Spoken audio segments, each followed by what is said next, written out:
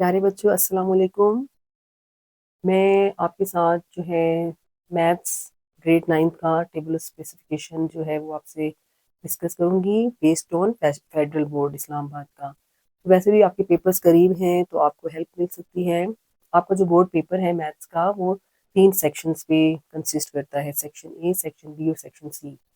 तो आप याद रखें कि आपकी होल बुक के जो एसएलओज हैं वो उनको भी 3 हिस्सों में पहले डिवाइड किया गया है, डोमेन ए, डोमेन बी और डोमेन सी। डोमेन ए में तमाम वो एसएलओज आते हैं जो नंबर एंड अलजेब्रा से रेलिवेंट हों। तो वो चैप्टर्स किस कौन कौन से उन पे कंसिस्ट करते हैं, chapter number 1, 2, 3, 4 and 5। Domain B में तमाम वो एसएलओज हैं जो ज्योमेट्री से रेलिवेंट हैं, और वो आपकी बुक में कौन से चैप्टर्स हैं, एनसीपी बुक की मैं वैसे बात कर रही हूँ, चैप्टर नंबर 6, 7, 8, 9 एंड 10। डोमेन सी जो है वो इंफॉर्मेशन हैंडलिंग का है, और उसमें चैप्टर नंबर 11 कंसिस्ट करता है आपकी एनसीबी बुक का, नेशनल करिकुलम बुक का।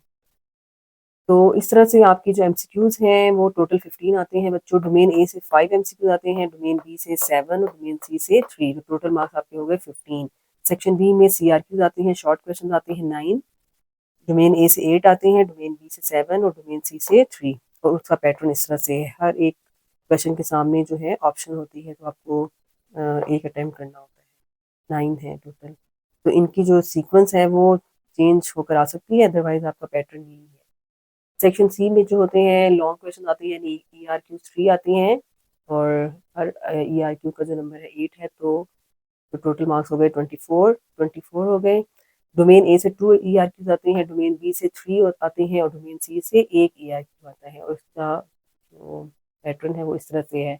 इसमें भी हर एक के साथ जो होता है वो ऑप्शन होती है।